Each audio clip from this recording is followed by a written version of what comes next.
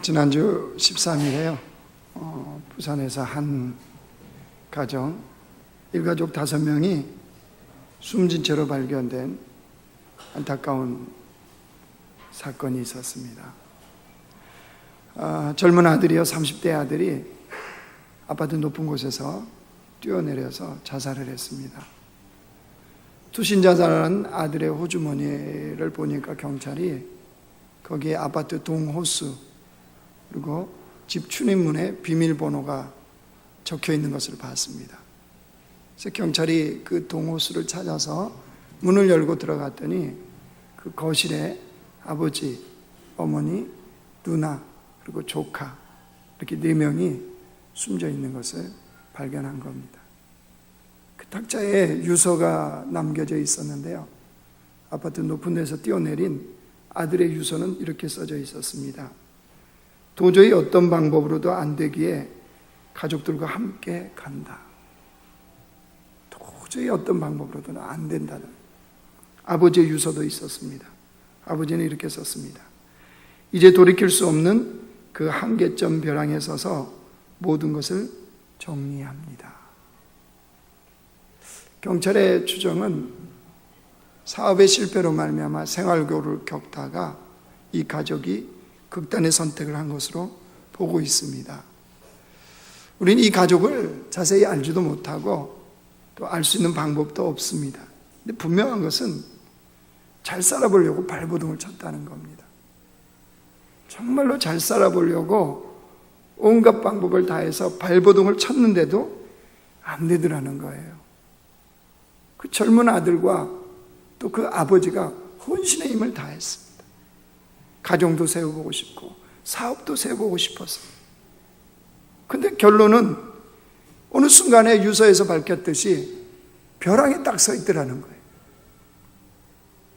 밤낮을 열심을 다해서 달려왔는데 벼랑 끝에 딱 서 있는 그때의 그 마음, 너무 인생이 비관스러운 거예요. 그래서 아마 아들하고 아버지하고 약속을 하고 일가족 전체가 죽음을 선택하는 이런 안타까운 현실을 선택한 겁니다. 참 안타깝죠. 근데 저는 이 사건을 보면서 이 비단 이 가족만의 이야기일 거냐는 거죠. 현대를 살아가는 우리는 어떻습니까? 세상이 복잡합니다. 인생을 살다 보면 작은 어려움, 큰 어려움을 통해서 우리는 인생의 장벽을 부딪히게 됩니다. 그때마다 느끼는 게 뭡니까? 우리 스스로의 한계예요, 한계. 그 한계 상황 앞에서 좌절할 수밖에 없는 우리 자신을 보고 있지 않습니까? 우리 마음속에서는 정말 인생 근사하게 살고 싶지 않습니까? 인생 정말 의미 있게 살고 싶거든요. 근데 현실은 그렇게 안 펼쳐지더라는 거예요. 내 마음과 다르게 현실은 자꾸 꼬여가고 자꾸 어려움에 부딪히고 한계 상황에 내가 서 있을 수밖에 없는 그 인생을 살아갈 수밖에 없는 것이 현실이더라는 거지. 오늘 설교 제목이 뭡니까? 여호와와 함께 춤을. 여러분, 하나님과 함께 춤추는 인생 살고 싶죠? 예, 그렇죠. 우리 마음의 소원은 있어요. 현실은요? 춤이 춰져요? 자, 어떻게 해야 될까요? 이런 현실 속에서. 오늘 말씀해 주시는 진리가 무엇인지 우리가 보고 정말 우리 인생에서 이 복잡하고 어려운 문제가 있어도 어떻게 하나님과 함께 춤추는 인생을 살 수 있는지를 진리의 말씀을 통해서 깨닫고 우리 삶에 적용하기를 원합니다. 자, 우리 살아가는 현실을요, 시편 기자가 잘 여기 기록하고 있습니다. 2절 말씀 보십시오. 같이 읽어요. 시작. 너희가 일찍이 일어나고 늦게 누우며 수고의 떡을 먹음이 헛되도다. 그러므로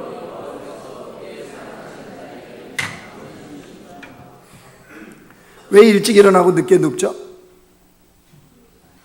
네? 열심히 살아야 되니까. 인생 열심히 살아야 가정도 세워지잖아요. 열심히 살아야 사업도 되어지잖아요. 열심히 살아야 내 인생도 자녀도 세워지잖아요. 그렇지 않습니까? 우리 생각은 내가 열심히 살아야 그나마 그것이 가능하다는 것을 알기 때문이에요. 그래서 온 결과가 뭐예요? 잠을 못 자는 거예요. 왜요? 아침에 일찍 일어나고 저녁에 늦게 누우니까.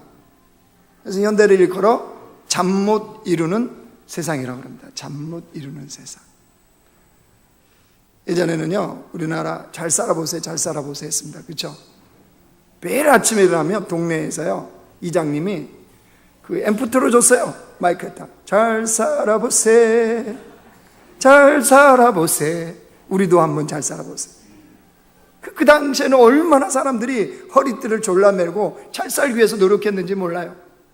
제가 중학교 때만 해도요, 그런 약들이 많았어요. 잠 안 오는 약.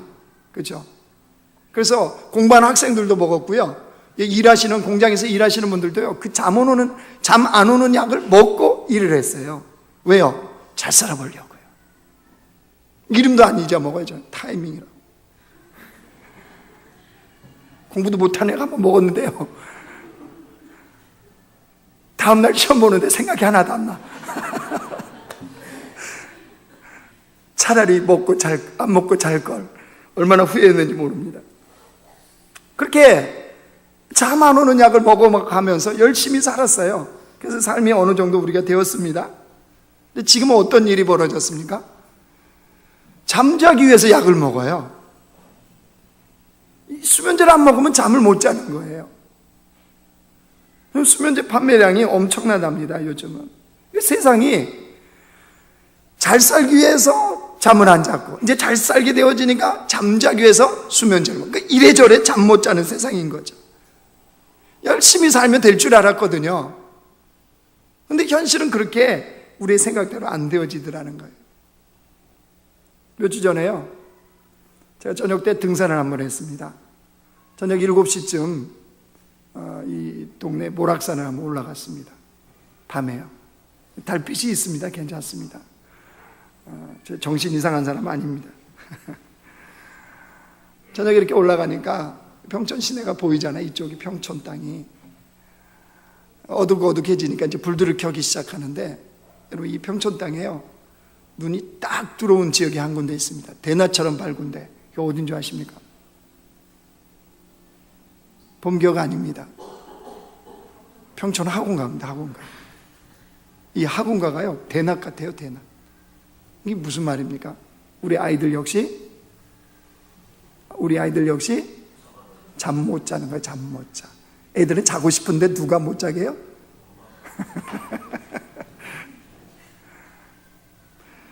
세상이요, 모든 세대가 잠 못 이루는 시대를 살아가고 있는 것이 우리 현실입니다. 근데 그렇게 살아갔는데 어떤가요?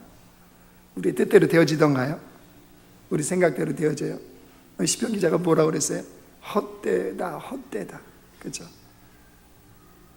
집을 세우는 것도, 성을 지키는 것도 헛되고, 일찍 일어나고 늦게 누운 그 모든 것도 헛되다는 거예요. 뭐예요? 우리 생각대로 안 된다는 거죠. 그렇다면 우리 질문이 이거예요. 정말 잠도 잘 자고 인생도 헛되지 않고 하나님과 함께 춤추는 근사한 인생을 사는 방법 없냐는 거예요. 이 삶이 좀 힘들고 어려워도 하나님과 신나게 춤추는 인생, 이런 건 없냐는 거예요. 예, 있습니다. 2절 하반절 보세요. 2절. 그러므로부터 보세요. 같이 읽어요. 시작. 그러므로 여호와께서 그의 사랑하는 자에게는 잠을 주시는도다. 잠을 주니까 잠을 자는 인생이 생기는 거죠. 이 낱말은요, 이 본문을 다시 해석하면 이렇게 해석할 수 있습니다. 그들이 잠잘 때도 그만큼 하나님이 공급하시기 때문이다. 그가 잠잘 때도 하나님이 역시 일하신다는 거예요. 그걸 믿는 자들은 편안히 잠잔다는 거예요. 염려 걱정이 없는 게 아니라 있어도 잔다는 거예요. 어려움이 없는 게 아니에요. 어려움이 있어도 온전하게 잠자는 게 가능해요. 요즘은 잠을 잘 자야 됩니다. 그죠? 잠 잘못 잤다면 큰일 납니다. 지난 주간에 북한의 제2인자인, 군에서 2인자인 현영철이 인민무력부장이라고 그러더라고요. 고사총이라고 이렇게 쏘는 걸로 총살당했다고 소식 들었지 않습니까? 여러 가지 이유들이 있어요. 근데 신문에 이렇게 우리로 하여금 웃음 짓게 하는 이유가 뭐였습니까? 왜 죽였대요? 네, 졸았습니다. 조선인민군 훈련 일군 대회. 이 대회 이름이요, 조선인민군 훈련 일군 대회예요. 거기서 김정은도 눈 떠 있고, 그 옆에 북한 1인, 그 군의 1인자도 눈 떠 있고, 근데 그 옆에 있는 현영철이가 눈을 딱 감고 있어요. 졸았다는 것 때문에 총살해요. 여러분, 이 기준으로 보면 지금 총살감인 사람들이 있어요. 지금 몇 명 있어요?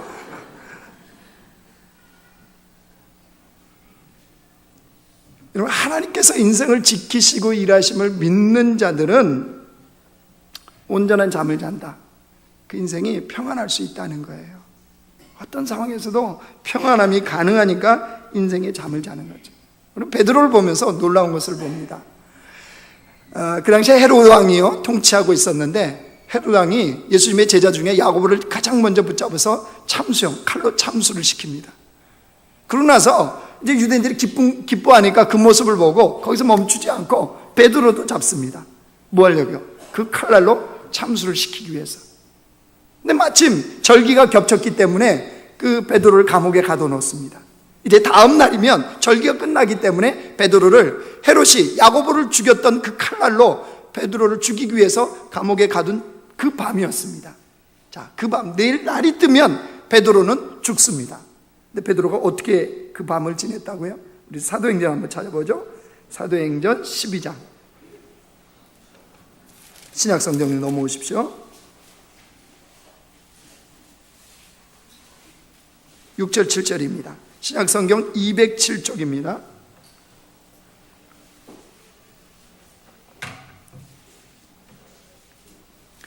사도행전 12장 6절 7절 말씀 같이 읽습니다. 시작. 헤롯이 잡아내려고 하는 그 전날 밤에 베드로가 두 군인 틈에서 두 쇠사슬에 매어 누워 자는데 파수꾼들이 문 밖에서 옥을 지키더니 호련히 주의 사자가 나타내매 옥중에 광채가 빛나며 또 베드로의 옆구리를 쳐 깨워 이르되 급히 일어나라 하니 쇠사슬이 그 손에서 벗어지더라. 성경에 보면 뭐라고 그래요? 그 전날 밤에 그랬죠. 헤롯이 잡아내려고 하는 그 전날 밤, 그러니까 뭔가 다음 날이 날 밝으면 베드로 죽는다는 거죠. 헤롯이 칼날로 죽이겠다 이렇게 작정한 그 전날 밤에 베드로가 뭐 했대요? 누워서 잤대요. 어느 정도로요? 천사가 와서 깨웠는데 어떻게 해요? 안 일어나니까 뭘 쳤대요? 옆구리를 쳐서 깨웠다는 거예요. 여러분, 이게 어떻게 가능할까요? 베드로는 아예 다 자포자기 했을까요? 자포자기 하니까 잠을 자는 걸까요? 아니, 죽음이 바로 눈앞인데 하루 전날 밤에 이게 잠이 옵니까? 어떤 누구도 잠을 잘 수가 없을 겁니다. 그러면 이렇게 잔다는 것은 하나님이 지키시고 보호하심을 믿는 자만이 그 잠을 자는 것이 가능합니다. 하나님의 일하심을 믿는 자만이 그게 가능한 거예요. 하나님이 허락하지 않으면 헤롯의 칼날이 결코 자기를 죽일 수 없다는 것을 믿는 자만이 이런 깊은 잠을 잘 수가 있는 겁니다. 즉 하나님의 일하심을 믿는 자, 그걸 믿는 자들은 어떤 상황에서도 평안함이 가능하다는 거예요. 종교개혁을 부르짖었더니요, 마틴 루터가 참 어려운 그 인생길을 걸어갑니다. 얼마나 많은 저항에 부딪혔겠습니까? 얼마나 생명의 위협을 많이 느꼈겠습니까? 근데 마틴 루터가 어려울 때마다 이렇게 기도를 했다고 그럽니다. 하나님, 이 세상이 저의 것입니까? 하나님 것입니까? 이 교회가 하나님 것입니까? 저의 것입니까? 만일 세상이 하나님 것이고 교회가 하나님 것이라면 하나님 책임지십시오. 저는 잠자러 가겠습니다. 이게 마틴 루터의 기도예요. 어떻게 가능합니까? 하나님이 세우실 때 온전히 세워진다는 것을 아는 사람이기 때문에 이 기도가 나오는 거죠. 자, 그래서 오늘 시편 다시 넘어오실래요? 시편 127편에 솔로몬이 뭐라고 고백합니까? 1절 같이 읽어요. 시작. 여호와께서 집을 세우지 아니하시면 세우는 자의 수고가 헛되며 여호와께서 성을 지키지 아니하시면 파수꾼의 깨어있음이 헛되도다. 집, 가정은 누가 세우셔야 된다고요? 하나님이요. 성, 나라는 누가 지켜야 된다고요? 하나님이요. 자, 3절부터는요 자녀에 대한 내용이에요. 3절부터 5절까지 같이 있습니다. 시작. 보라, 자식들은 여호와의 기업이요 태의 열매는 그의 상급이로다. 젊은 자의 자식은 장사의 수중의 화살 같으니 이것이 그의 화살통에 가득한 자는 복되도다. 그들이 성문에서 그들의 원수와 담판할 때 수치를 당하지 아니하리로다. 여러분, 누가 자녀도 세워야 된다는 거예요? 엄마가 세우면 되는 거죠. 자녀는 아빠가 세우면 되는 거 아니에요? 학교가 세우면 되는 거죠. 성경은 누가 세워야 된대요? 여호와께서. 개인도, 가정도, 교회도, 나라도 여호와께서 세우실 때 온전히 세워진다는 거예요. 자, 이렇게 설교하면 이제 반문하실 분들이 계십니다. 아니, 그러면 아무것도 하지 말라는 거예요. 열심히 사는 게 나쁩니까? 내 개인의 인생을 세우기 위해서, 가정을 세우기 위해서, 자녀를 세우기 위해서, 사업을 세우기 위해서 내가 열심을 다하는 거, 이게 나쁘단 말이에요 라고 질문하실 분들이 계실 겁니다. 여러분, 유럽 전역을 정복하면서요 승리의 깃발을 높이 들었던 나폴레옹이 했던 유명한 말이 있습니다. 내 사전엔 불가능이 없다. 나폴레옹 인생에는 진짜 불가능이 없었나요? 그렇다면 나폴레옹이 죽어가는 마지막 그때 왜 작은 섬에 유배가 되어서 질병으로 초라하게 나폴레옹은 그 인생을 마감합니까? 죽음조차도 질병으로 죽었는지 독살했는지 어떤 경위로 죽었는지도 그것도 지금도 의문이에요. 나폴레옹의 죽음이 우리에게 뭘 말해줍니까? 인생의 자만이 얼만큼 인생을 초라하게 마감할 수 있는지를 똑똑히 보여주는 겁니다. 여러분, 주님이 우리에게 인생을 열심히 살지 말라 이렇게 말씀하신 적이 없어요. 주님은 열심히 살라는 거, 우리에게 6일 동안을 부지런히 살고 주일을 주님 앞에 주님의 날로 우리가 지키는 거 아닙니까? 주님 그렇게 말씀하세요. 그런데요 때로는 그 열심조차도 멈춰야 될 때가 있습니다. 그 열심조차도 멈춰야 될 때가 있어요. 어느 때 그 열심을 멈춰야 되냐 그러면요, 이때에 멈춰야 돼요. 이스라엘 백성들이요 출애굽을 했습니다. 그런데 홍해를 딱 만났네요. 홍해를 딱 만났는데 이게 답이 없잖아요. 방법이 없어요. 그때 이스라엘 백성들이 뭐 했습니까? 불평했습니다. 불만했습니다. 애굽으로 다시 돌아가자 그랬어요. 홍해를 보면서 두려워했습니다. 그때 하나님이 모세를 통해서 하신 말씀이 있습니다. 출애굽기 14장 한번 찾아보겠습니다. 구약성경 출애굽기 14장이에요. 102쪽입니다. 구약성경 102쪽 출애굽기 14장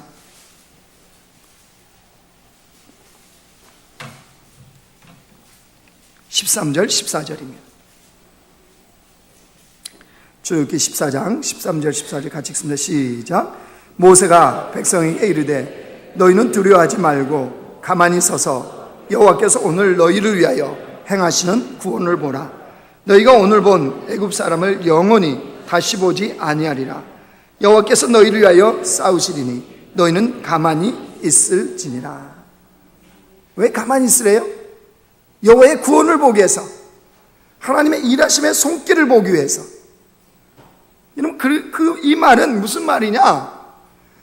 지금 홍해라는 그 문제 앞에서 이스라엘 백성들이 판단하고 불평하고 불만하고 두려워했다는 것은 홍해 문제를 가지고 이스라엘 백성이 하나님이 되었다는 거예요. 자신들이 판단하고 자신들이 불평하고 자신들이 두려워하고 있는 거예요. 하나님, 너희는 가만히 있으라. 이 말은 뭐예요? 그 하나님 자리에서 내려와라. 그리고 여호와께서 어떻게 하나님이 되시는지를 보라는 거예요. 홍해 앞에 내가 하나님 돼서 서 있으면 홍해 안에 마른 땅이 안 보여요. 홍해 안에는 마른 땅이 주님이 예비하고 계세요. 하나님의 하나님 되심을 인정하고 살아가는 사람만이 홍해라는 문제 앞에서 마른 땅을 보는 것이 가능해요. 하나님은 그래서 이스라엘 백성들에게 스탑하는 거예요. 스탑. 인생 열심히 사는 거 좋습니다. 여러분 열심히 살지 말라는 거예요. 근데 그 열심이 내가 하나님이 된 열심이라면 그것도 뭐 하라는 거예요? 멈추라는 거예요. 멈추라. 그 열심도 멈추라. 그래서 하나님의 하나님 되심을 보라는 거예요. 왜 멈춰야 되냐는 건 이렇습니다. 여러분, 우리 개인이나 우리 자녀들이나 또 우리 가정이나 교회나 그 하나님의 설계도가 있을까요? 없을까요? 정말 이걸 믿으세요? 나를 향한 하나님의 디자인이 있어요? 그냥 어떻게 엄마 아빠가 사랑에 딱 나오는 거 아니에요? 우리 자녀들을 향한 하나님의 디자인이 있으실까요? 우리 가정은요? 교회는? 예, 당연히 있죠. 가장 잘 짓는 집은 어떤 집입니까? 설계도에 따라서 짓는 집이 가장 잘 짓습니다. 우리 인생도요, 하나님의 디자인대로 지어졌을 때가 가장 잘 세워지는 거예요. 내 노력, 내 열심, 내 생각이 아니고.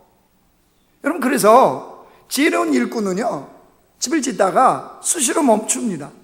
왜 멈출까요? 설계도대로 잘 가고 있는지를, 잘 지어지고 있는지를 확인하기 위해서죠. 여러분, 설계도는 내팽겨 쳐놓고 내 열심으로 내가 원하는 대로 집을 지었다. 어떤 집이 됩니까? 엉망인 집이 됩니다. 엉망. 이거를 어리석은 열심이라고 그런 겁니다. 어리석은 열심. 하나님 디자인은 온데간데 없고 내가 원하는 내 디자인으로 세워가는 거예요. 근데 원래 디자인이 있어요. 원래. 이걸 다 무시하고 내가 하고 나간다는 거예요. 이런 인생은 결코 잠을 못 잡니다. 잠을 못 자요. 그래서 여러분, 하나님께서 디자인하셨기 때문에 주님이 하셔야 된다는 것을 아는 것이 지혜입니다. 지혜.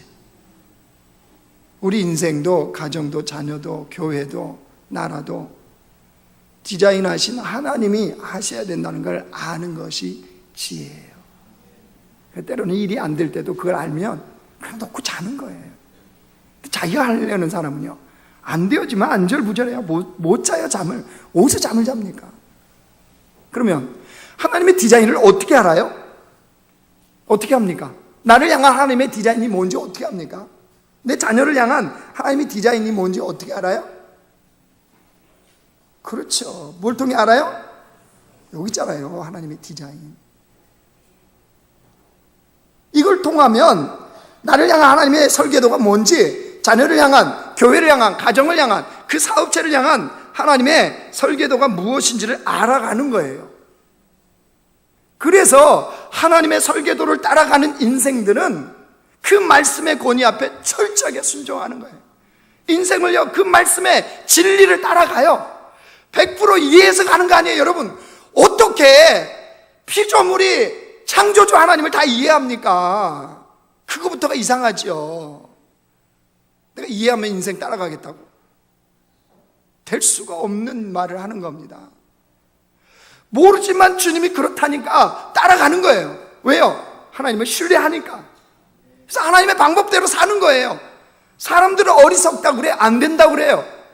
근데 하나님의 방법이 옳으니까 그 방법대로 따라가는 겁니다. 근데 그러다 보면 놀라운 일이 벌어져요. 어떤 일이 벌어지는지 아세요? 하나님의 설계도를 따라가면 놀라운 일이 벌어지는데 하나님과 친밀해져요. 그러니까 이게 여러분 점검의 방법이에요. 하나님과 춤출 수 있는 방법이에요. 뭐냐? 내가 지금 하고 있는 그 일을 통해서 하나님과 더 친밀해졌느냐, 멀어졌느냐, 이걸 보면 알아요. 이게 잣대예요, 잣대. 그래서 이걸 했는데 주님과 더 멀어졌다. 그럼 여러분, 하나님의 디자인에서 멀어진 거예요, 지금. 무슨 말이냐? 자녀 양육을 하는데 내가 힘쓰고 애써요. 예? 열심을 다해요. 그죠? 자녀 양육에. 근데 자녀 양육을 힘쓰고 애쓰면서 내가 주님과 더 가까워졌다, 친밀해졌다, 그러면 제대로 가고 있는 거예요? 잘못 가고 있는 거예요? 제대로 가고 있는 거예요. 열심을 다했어요. 애가 올백 1등급이에요. 1등급. 우리 애들은 하나도 없나 보네요. 여러분 눈만 꺼벅꺼벅 하는 거 보니까 이건 다른 교회 이야기군요. 알겠습니다. 그러니까 다 1등급 나왔는데, 올백 나왔는데 시험 볼 때마다 그 엄마가 열심을 다했어요. 아빠가 열심을 다했어요. 근데 그 엄마 아빠가 하나님으로부터 더 멀어졌어요. 그 열심을 다하니라고. 그러면 이게 하나님의 설계대로 가고 있는 거예요? 안 가고 있는 거예요? 안 가고 있는 겁니다. 사업도 마찬가지예요. 여러분 사업을 하면서 사업이 됐느냐 안 됐느냐, 이거는 이제 결과의 열매 놔놓고요, 그 과정 속에서 하나님과 친밀해졌느냐, 여러분 이게 관건이, 이게 사실은 이게 핵이에요. 핵. 이거 올라가고 내려가는 거는요, 하나님이 그냥 이렇게 우리 예상 그을 때 우리는 이렇게 하죠. 하나님이 야 바꿔라 이렇게 하면 그거는 그냥 뒤집어지는 거예요.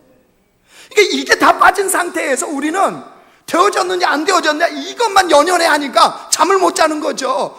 무슨 춤은 춤입니까? 신앙생활 하는데 주님과 춤을 못 춰요. 주님과 춤추면 살아야 되잖아요. 일이 안 되어져도 주님과 춤추는 거고, 내 몸에 질병이 있어도 주님과 춤추는 거고, 인생이 그러니까 하하 그리스도인들은 다르구나, 하나님을 아버지로 둔 인생들은 그래서 다르구나, 이게 보여지는 거 아니겠습니까? 그러니까 우리가 점검하셔야 돼요. 내가 지금 이 일을 통해서 공부든 가정이든 사업이든 어떤 일이든 이걸 통해서 주님과 내가 더 친밀해지고 있느냐 멀어지고 있느냐, 이거 보면 여러분 하나님의 디자인대로 내가 가고 있느냐 안 가고 있느냐가 결정나는 거예요. 근데 그 결말은요, 결말은 상상할 수 없는 결과를 주님이 반드시 드러내십니다. 그래서 그 주님을 만나면요, 이 설계대대로 가다 보면 주님을 만나요. 만나면 알게 돼요. 고백되어져요. 무슨 고백이에요? 아하, 설계하신 하나님이 하셔야 되는구나. 여러분 이게 지혜예요. 이게 지혜. 인생을 지혜롭게 사는 거는요, 설계하신 하나님이 하실 때 가능하구나, 이게 인생에서 고백되어지시는 분들은 제대로 사신 거예요. 인생을 제대로 주님을 만나신 거예요. 근데 아직도 내 노력과 내 힘에 의해서 인생이 되어진다고 생각하시는 분들은 아직 쓴맛을 덜 보신 분들이에요. 인생의 쓴맛을 보면 절대 그럴 수가 없습니다. 그죠? 여러분 어떤 상황에서도 춤추는 인생은 다른 사람이 아니에요. 하나님의 설계도를 따라가는 거예요. 그리고 그 주님과 어제보다는 오늘이, 그 상황보다는 이 상황 때 더 친밀해진 백성들이 되어지는 겁니다. 이제 말씀을 정리하겠습니다. 여러분 우리 항상 기억하길 원합니다.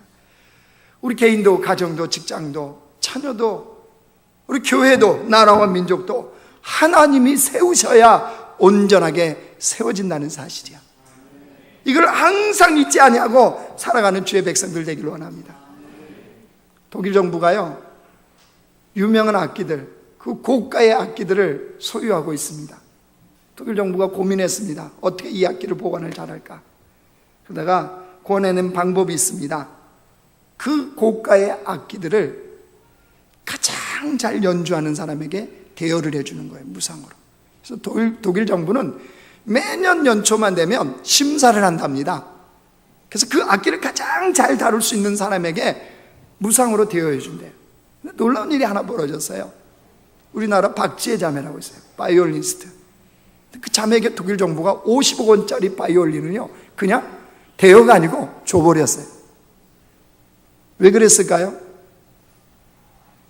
우리는 소유가 목적이죠. 그러니까 우리 절대 못 주죠.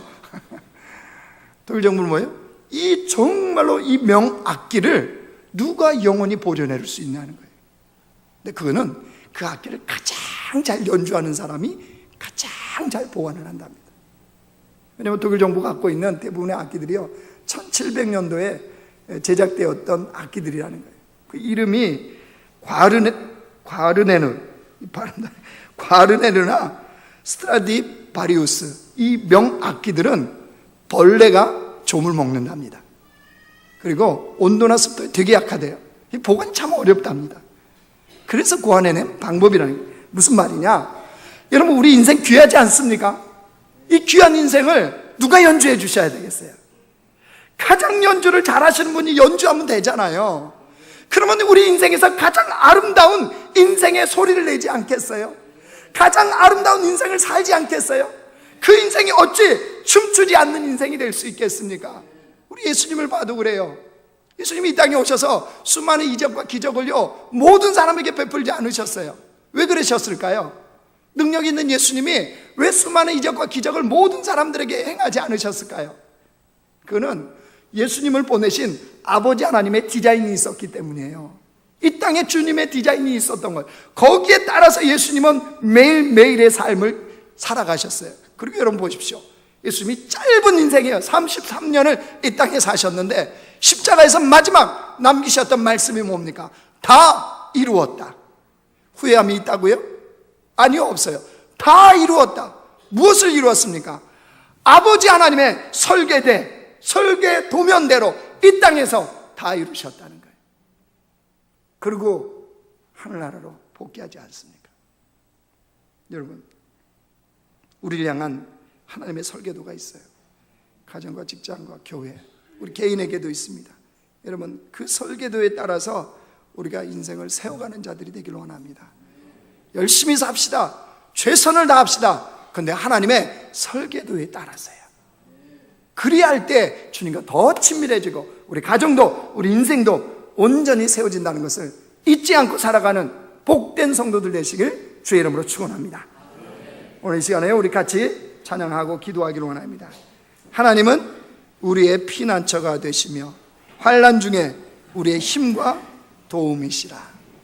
그래서 너희는 가만히 있어 주가 하나님됨을 알지어다. 우리 인생에서요 하나님이 하나님 되심을 언제나 경험하는 그런 백성들 되기로 합니다. 가정에도 주인이 하나님이시오, 내 인생의 주인도 하나님이시오, 교회의 주인도 하나님이시오, 나라 민족과 열방의 주인도 하나님 되심을 알면 그 인생은 성공하는 인생이 되는 거예요. 우리 그 고백으로 오늘 이 찬양을 올려드리겠습니다.